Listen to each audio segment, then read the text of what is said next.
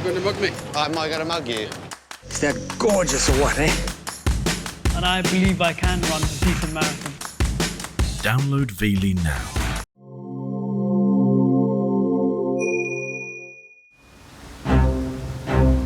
This is a series about the biggest events in our lives. Everywhere on Earth, human societies have found ways to mark the rites of passage almost all of us go through.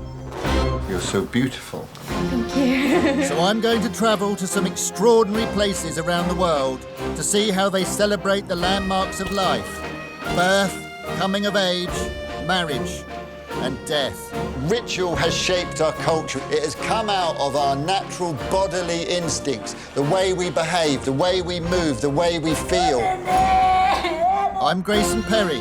I'm an artist. And in my work, I've always tried to cast an anthropological eye on the world I live in. That spirit has just come all over my shirt. And it seems to me that here in fast-changing, increasingly secular Britain, we're in danger of forgetting what a rite of passage can do for us. I've been at funerals where the priest forgot the name of the deceased and their partner. So I'm hoping the ceremonies I experience will have something important to teach us. Look, what a privilege! When I get back, I'll meet people in the UK who are going through the same events and who want to mark them in ways that feel true to their lives. I'm really interested to talk to you about how we can help you have a really good death. Together, we'll devise our own ceremonies, rites of passage for how we live now. All rituals were invented by somebody. They didn't just come out of the ether from God.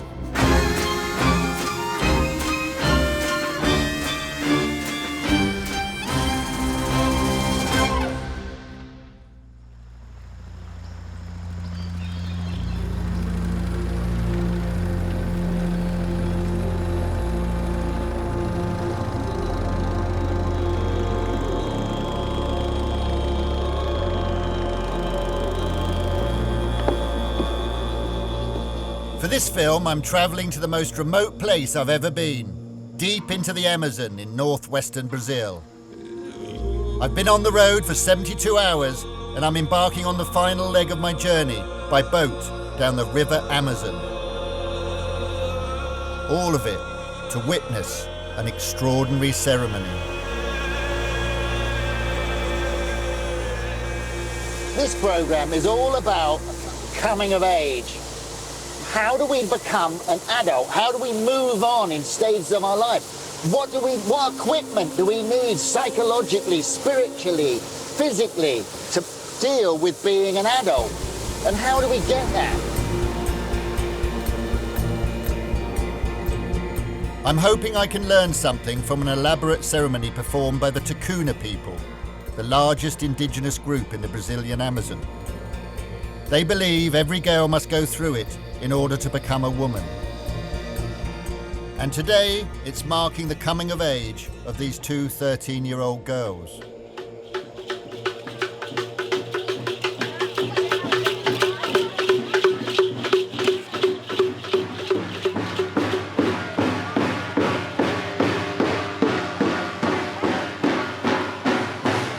So these two young women who've just started menstruating are in seclusion and have been for some time in the house next door.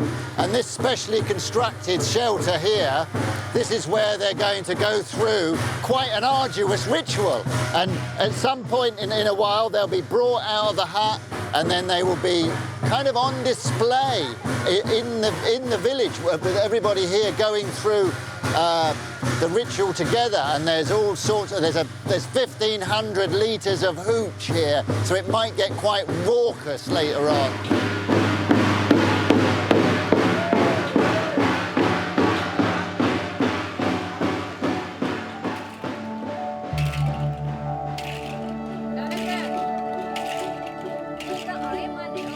No men can enter the shelter, but our camera woman has been allowed in to talk to the girls.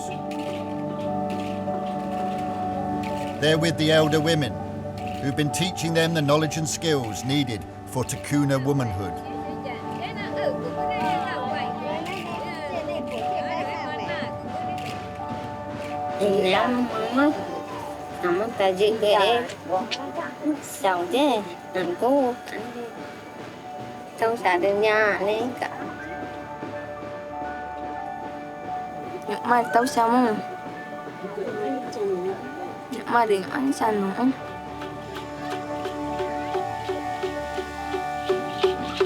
Among the women who are going to perform the ritual, called the Pelazon, is Carmelita, who herself went through it 20 years ago.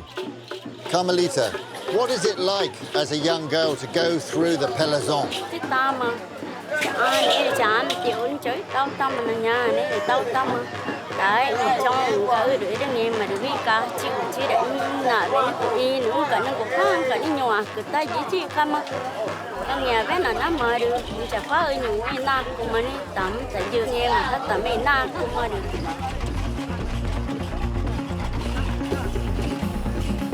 As the ceremony gathers pace, around us emerge the spirits of misrule, threats the girls may encounter during their adult lives.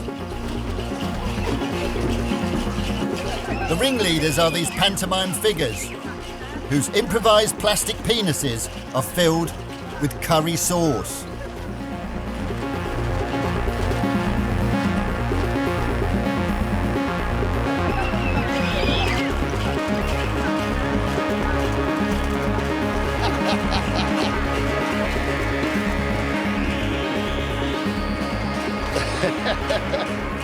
That spirit has just come all over my shirt.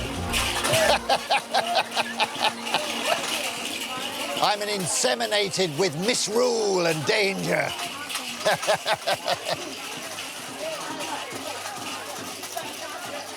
Here we are. I mean, this is the world these young women are entering. They're entering a world of sexual threat. This is a kind of brilliant sort of carnivalesque version on it. I love its misrule and the way that it's anarchic, but also everybody's laughing. They all kind of know. It's not dark.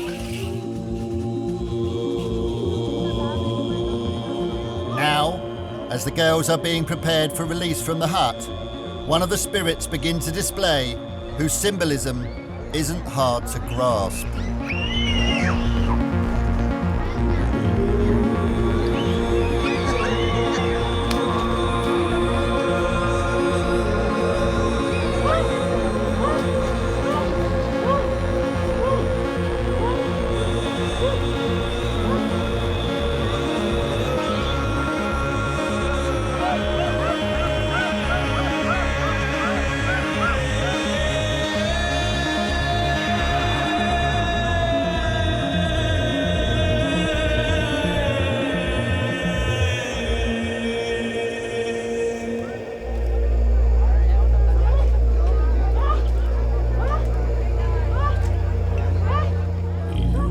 With the walls of the hut now thrust open, the girls are birthed out into the supporting arms of their elders.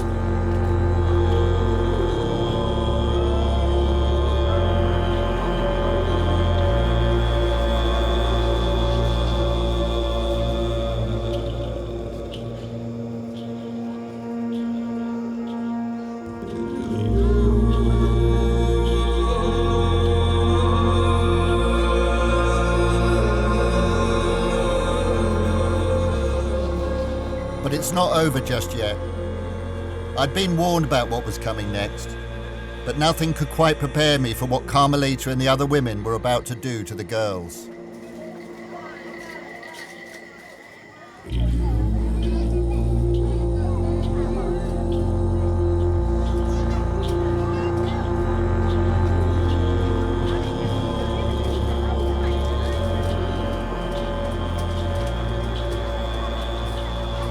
I mean,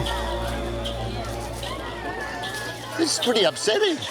I mean, this is the climax of a ceremony, and these two girls are having their hair pulled out by the older women of the village, and it's like their hair is of their childhood, and new growth as a woman will come through, but it's pretty heavy.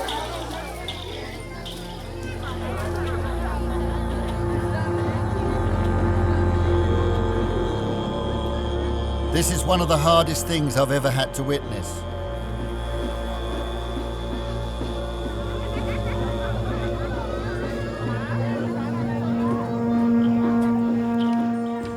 But as the ceremony draws to a close, I find myself wondering what role the tradition might play in the life of this close-knit community.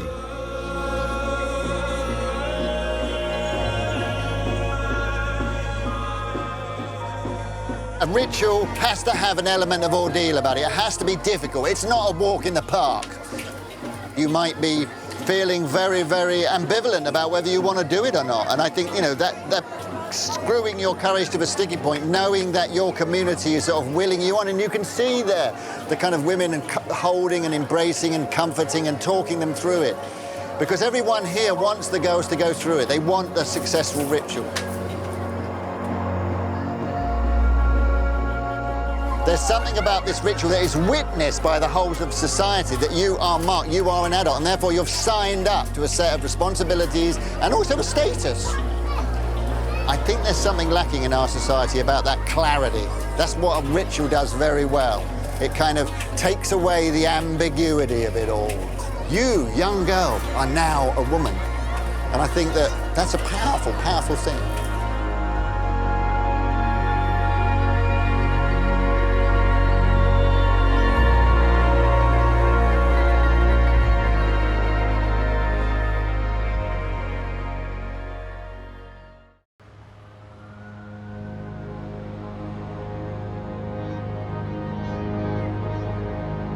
I've returned from the Amazon to Britain, where I believe we don't have a clear enough idea how and when we come of age. To work out how we might do it better, I'm going to devise 2 coming-of-age ceremonies. One with teenagers, roughly the same age as the girls in the Amazon. And because I think coming of age can happen at any age, my other ceremony is more surprising. A group of addicts in recovery who are finally taking responsibility much later in life.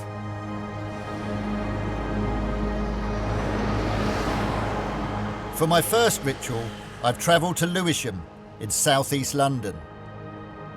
It's a long way from the Amazon to here, but perhaps young women entering adulthood are facing many of the same challenges. You know, they've got their hormones racing through their body.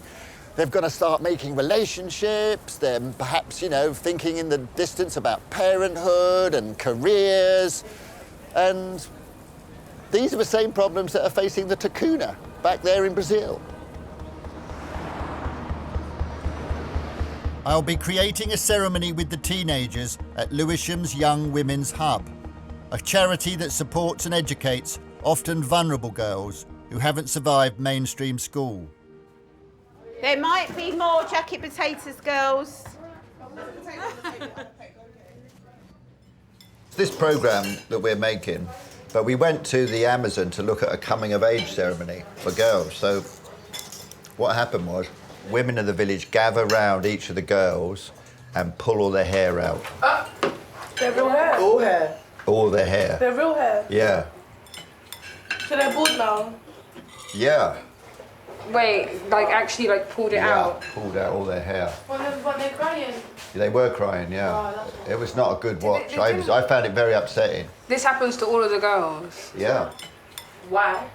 Because for them it's symbolic, you know, and so they think that the hair that they've grown is the hair of childhood, and then the new hair that will grow back will be the hair of womanhood. I just had this thought, what if the people in the Amazon who I went to visit were looking at us here on the television, and they were watching us thinking, oh, look at these funny people in Great Britain, what are they up to? You know, what things do you think that they would notice about you at your age here in South London that they would kind of find odd? I think part of it might be your individuality. Yeah. Yeah. And how it's like all multicultural. Yeah. Yeah. And these 2 things, you really put your finger on it, in that when I asked them about how they felt about the ceremony and stuff, they would talk about how it related to the village. I'm just sort of thinking, because we don't have a thing like they do in the Amazon, a proper ceremony, maybe we're finding our own. To work out what these girls might gain from a ceremony, I'm joining them for a lesson with school head Philippa on something that for many of us is a coming-of-age rite in and of itself: sex. Right, okay, so we're going to do a very quick subject on unhealthy relationships. So really expand your thinking and put down words that describe unhealthy and negative aspects of relationships. Because you wrote abuse and abusive. No, abusive and abuse is different. As I watch the lesson, I begin to think I'd seen something remarkably similar not too long ago.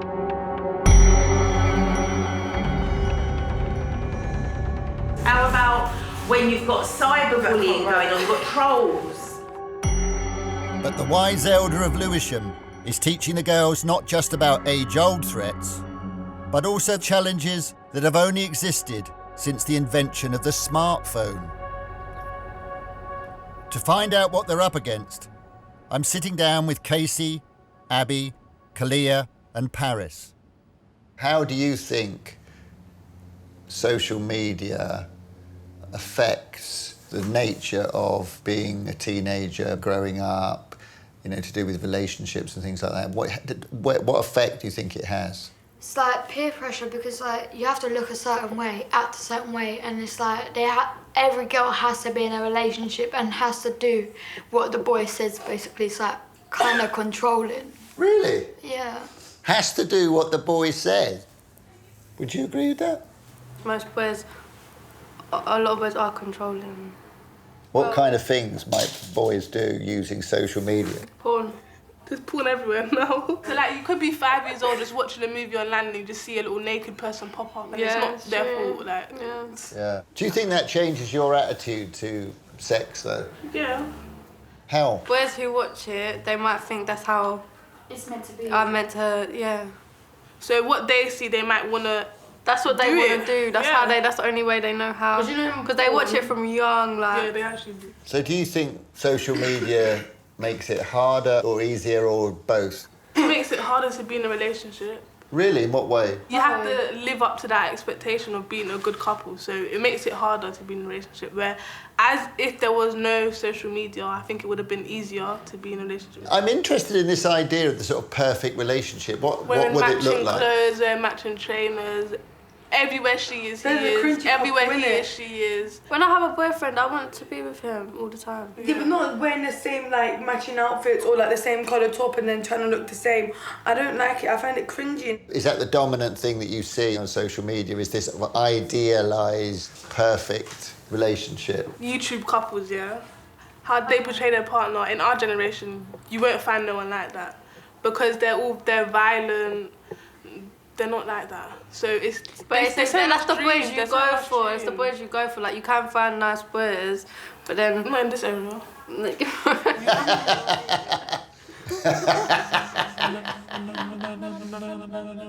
I mean, thinking back to the Amazon and that moment when the kind of spirits of kind of sexual misrule kind of like broke into the corral where the young girls were waiting, you know, in a way, that's what's happening online.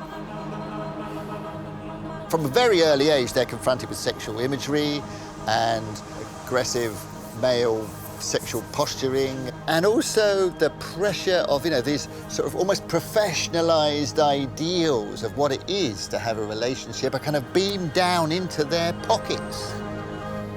It's almost as if these girls need the same things as those girls in the Amazon need, but they need them on steroids. They need that confidence, they need self-assurance, they need caution, they need education. The jungle is really in their heads, and the internet is messing with them.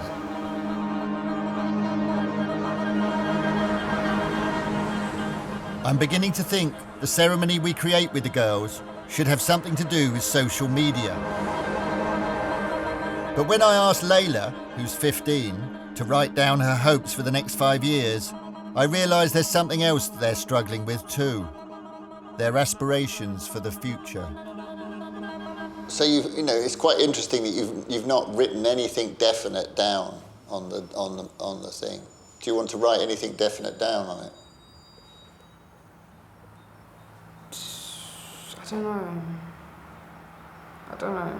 Why don't you want to write anything definite down on it? I don't know. If something's like set in stone that I can't change it kind of scares me. Yeah. Why is it scary? Because I have no control over it anymore. Is it commitment that scares you? Kind of. I don't want to commit to everything in the future. I don't want to.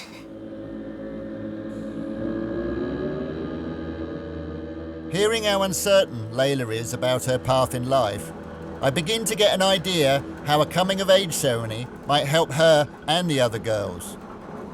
I think it's the classic problems of all teenagers, you know.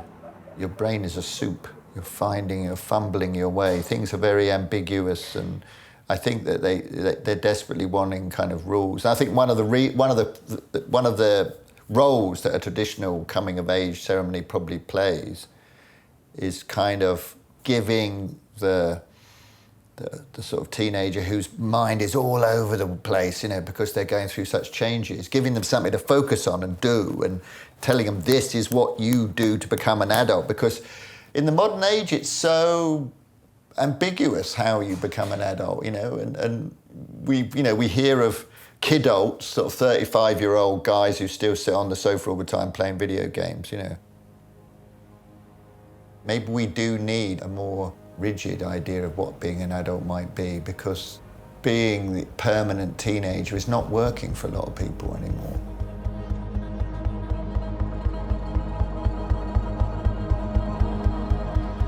For my next ceremony, I'll be taking the idea of the kidult to the absolute extreme.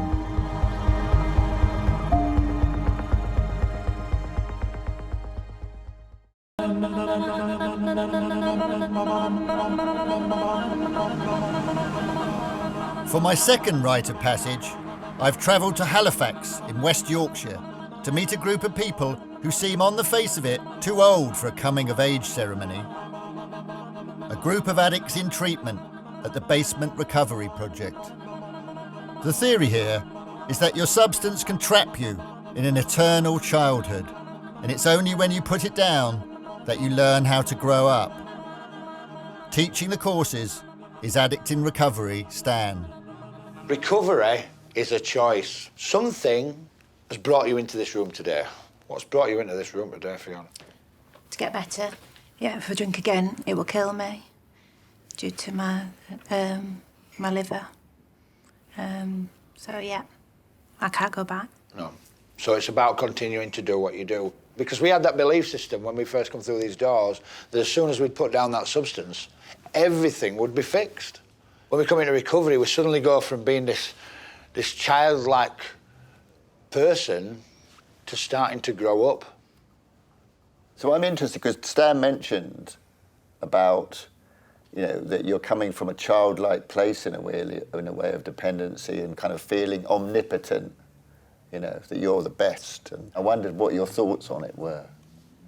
When you were acting like a child, if it wasn't what you wanted to do here, you would be a child. You'd take your ball and you'd go home. So you would to where you were. But to act like an adult, you've got to accept that it's not always going to be what you might want to do. If you could speak to people who aren't in this group, what do you think you could teach people? There's no shame in asking for help. I felt it was shameful to ask for help, that I should know at my age, I should know better.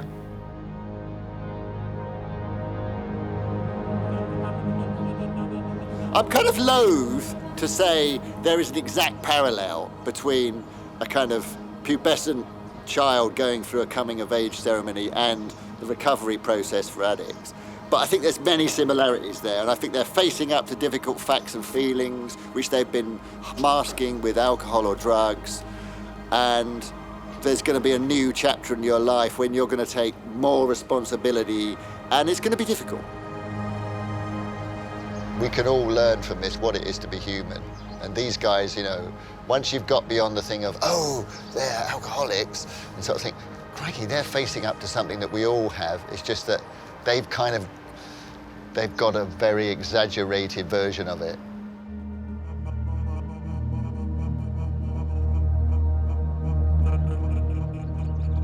Of all the stories I heard that afternoon, there was one that most resonated with me.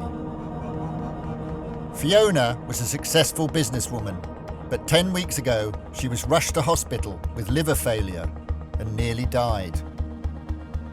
The people helping her turn her life around are her brother and sister, Chris and Lynn. So Chris and Lynn, describe to me Fiona's kind of addiction from your point of view. How did it affect you? It's just so hard looking on and watching this person that you love, just their life starting to just crumble, I suppose. It was chaos. It was chaos, absolute chaos. Fiona at the time it was just all about Fiona. It's like having a really badly behaved 13-year-old who's determined to go off the rails. We have a ceremony, and what would you hope, that we would get out of that, or Fiona would get out of that? I personally would like her to go, there's that line, and I've gone over that line now, so that the past is the past. I really honestly, we don't care about that bit anymore. We care that the fact that you're here and that you nearly weren't here. We're walking out of the hospital and going, is that the last time I'm going to see her? Is a really big, it's a really hard thing to do. Yeah. So how is it to hear that, Fiona? I knew at the time, but totally powerless to do anything about it. And knowing as well I was hurting the family. There are a lot of people I do want to thank, but most of all as well, just to, say that I mean this, I really mean this. For Chris and for Lynn.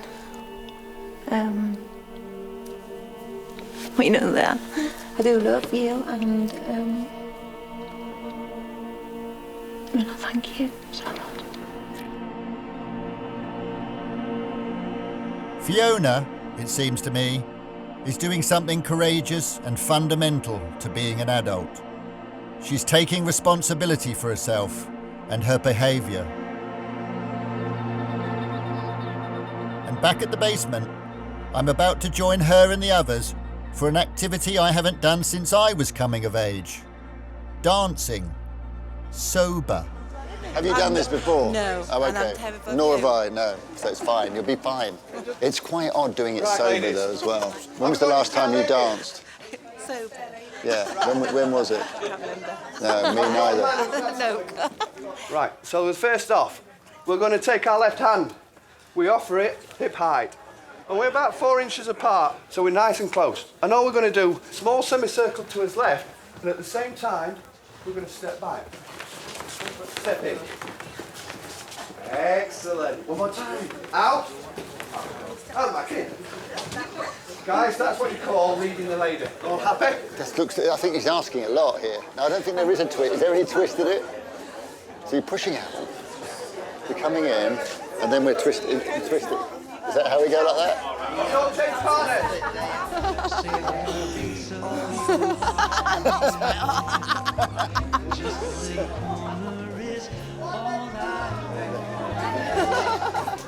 I don't know if I've danced sober many times in my life. No, I don't. That's the biggest test, isn't it? If you can dance sober, you know you're well.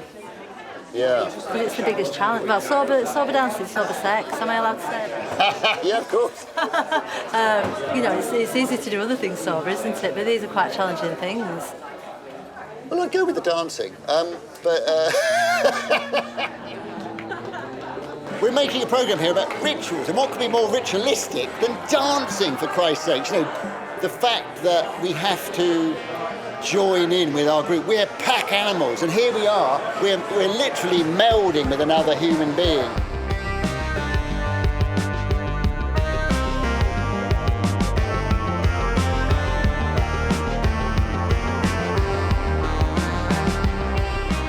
And on a makeshift dance floor in Halifax, I had a powerful revelation about how we come of age.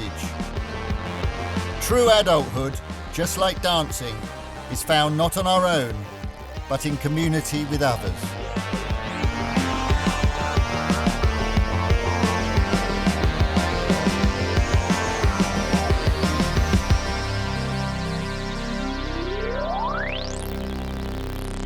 I now know what we need to do for the Addicts Coming of Age ceremony.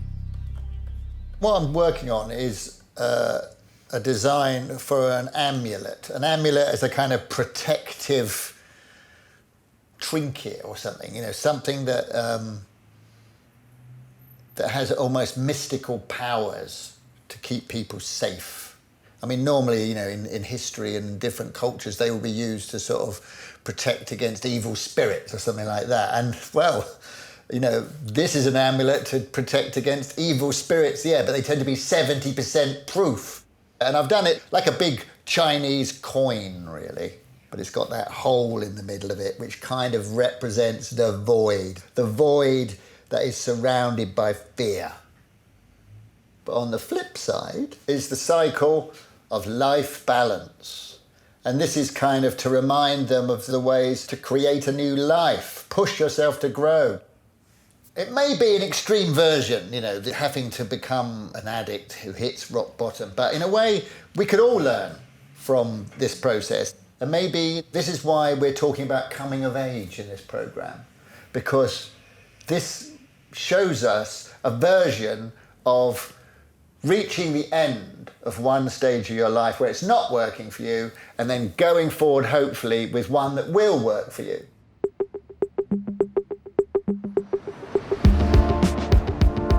In Lewisham, the girls have decided to create a coming-of-age video to be screened to their family and friends and then posted on social media. Just before the shoot, I'm catching up with 15-year-old Abby about her contribution. So, here we are. What are your ideas? I write raps. I can rap out my feelings, and then I'm just like, all right, that's fine. That's just done and dusted. I've got my feelings up there. What kind of feelings are you got going there? There's a bit of anger, there's a bit of happiness, so it's all mixed. And did you find it easy? Yeah, I do find it easier than, like, talking to a therapist about it. It's Oh, that's interesting. We're dealing with a kind of coming-of-age ceremony that's meant to be a marker. Yeah.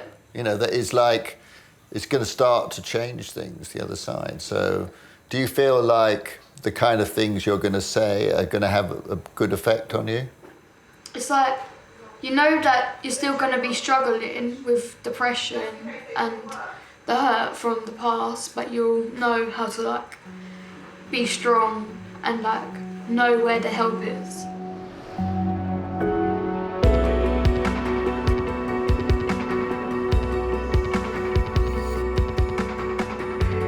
Hello, Debbie Ann. Hello, Talia. Welcome. Now, in front of a camera, each of the girls must do something that reflects their adult identity and reveals their hopes for the future. So how are you feeling? Nervous but excited at the same time. It's just us. Yeah. There's so many people in it, it's making me stage fright. Bit nervous.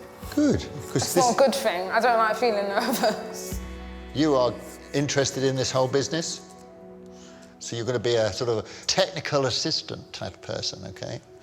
What have you done? I've drawn a picture. You've drawn a picture? Yes. And what are you going to do today? Sing, I think. And what song is it? A song that I wrote called Close My Eyes. What's it about? It's about my childhood and my future. Sounds absolutely perfect. Okay, can you talk me through the picture? I guess this picture represents letting go to the past. Obviously, the past is represented by this character, and the future, this character. I want to go to university and study art. That's my plan. Brilliant, it's brilliant. This video is going to go out on social media. I understand that might be quite a big thing for you.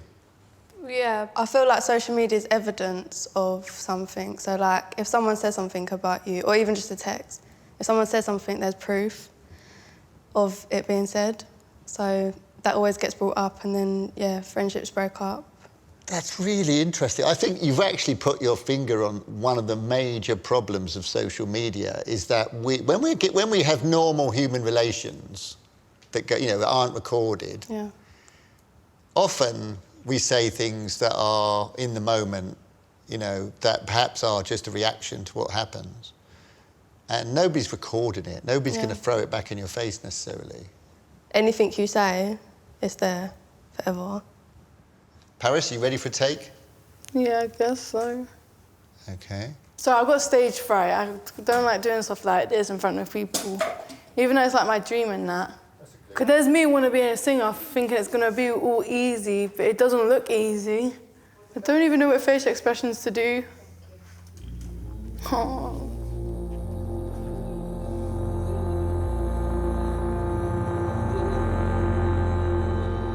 Any coming-of-age ceremony should have an element of the ordeal about it, I suppose. And it was lovely to see them struggle with it. I think particularly Paris, to see her, one of her dreams is to be a singer, and she suddenly stands here and says, oh, it's a lot harder than I thought. And it's very touching. Their fear is palpable, their anxiety.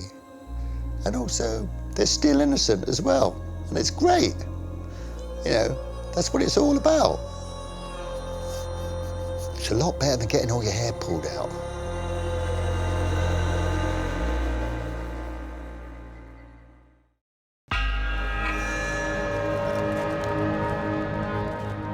It's nearly the day of the addicts' coming-of-age ceremony, and my finished amulets have arrived. This is mild steel, and they'll feel the weight of it in their pocket. They'll be carrying around this burden of this event past that they went through in their handbag or in their pocket. I mean, in doing the ceremony, I want to, this is the medal that they have earned for going through their, psychoeducation and the sessions, becoming sober. It's important to mark it. That's what ritual is about in the end.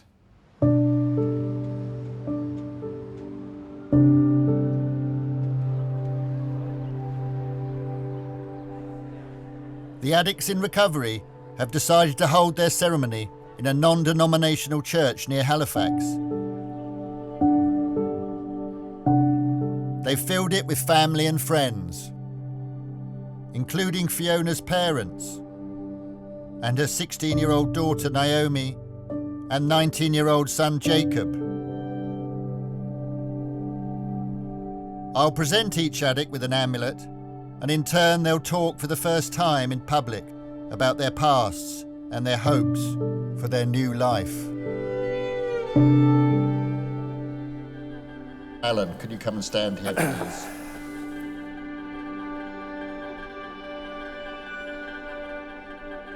I always thought that nobody wanted me. I always thought that what I'd done, I hated myself, so everybody else hated me. Everybody else thought I was a failure.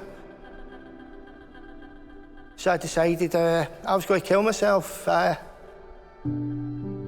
something stopped me from doing it. I don't know what it was. And that was probably the start of my real journey. It's been a long process to get me here, and I can't change what's gone on in the past. I only can change the future. And for the love of my family, my close friends helped me to get to this stage.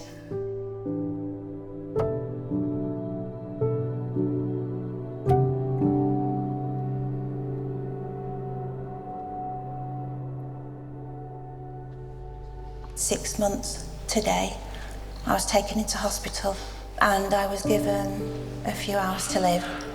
My family were called in. I now am facing up to the devastation I have put around my family and my friends. And today, I just want to say to them, a huge thank you. And lastly, I want to thank Jacob and Naomi for giving me another chance to be a mum.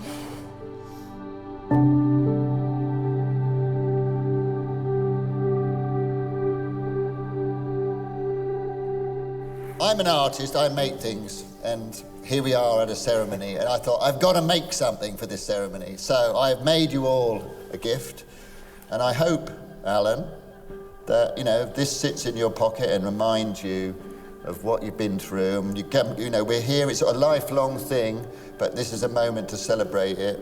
So I'm going to hang this round your neck. And well done. Well done. Well done, mate. Well done. Well done. Yeah. Thank you very much. Very nice. It is great. Well done, mate.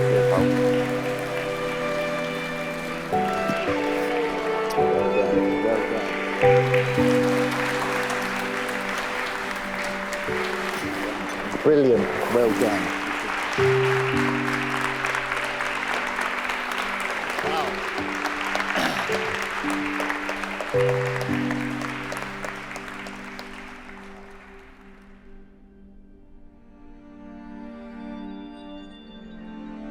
That's what a ritual should do, you know. People were getting the feels big time. I was as moved as everyone else. And, you know, recovery from addiction is an ongoing process, but this is a moment to mark it, that they will remember, and I hope they'll be able to carry the memory in their heart along with the amulet in their handbag.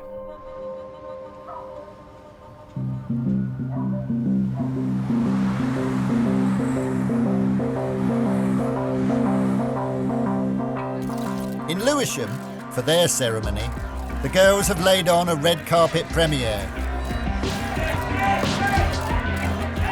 And the coming-of-age video they've made will be witnessed not just by staff, family and loved ones, but potentially anyone in the world online. So today is the ceremony. I think, you know, I've been very proud of what they've done, and I hope you like it. But we're coming to that moment when you're going to see the video, and then, when we've seen it, we're going to put it online. No.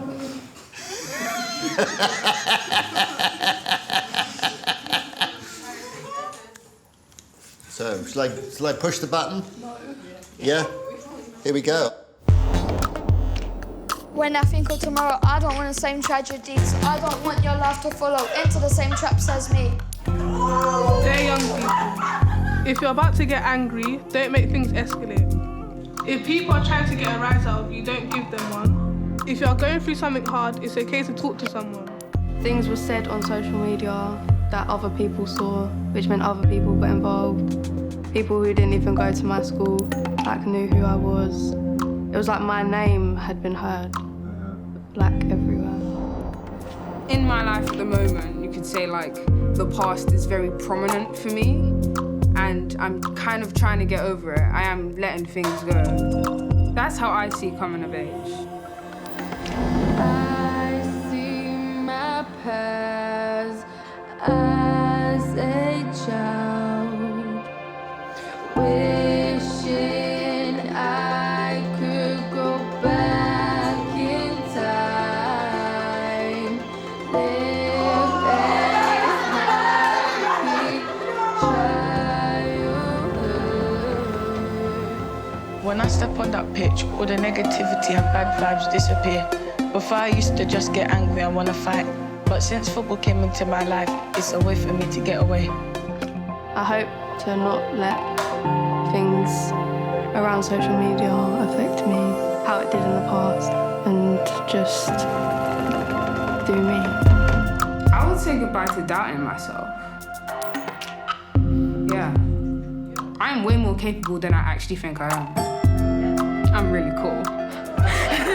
I am a cool person, okay? I am a very cool person. That's what I have to say. And I am happy with who I am and who I'm going to be.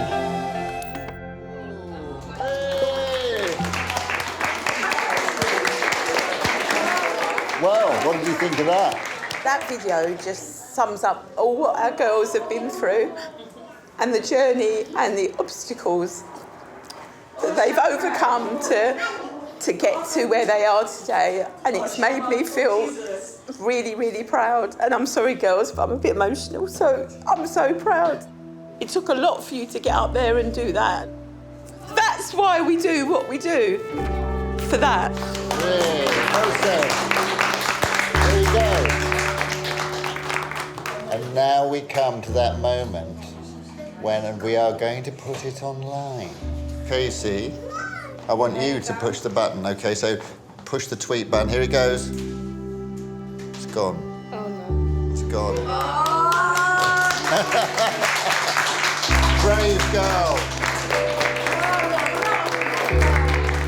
I mean, I was quite trepidatious about what the girls would think, you know, as we showed them the video. But I thought it was lovely to see Philippa, her reaction to it, really, because it kind of confirmed what I hoped we were doing, which was sort of marking the journey, marking the transformation. You know, these young women, they were having a difficult time. You know, they still are having a difficult time, but, you know, they're on the right track. And this is about saying, we believe in you, and giving them a bit of confidence, doing something difficult. These are what coming-of-age ceremonies are about. And I think, you know, in our own small way, here in South London, we've done it.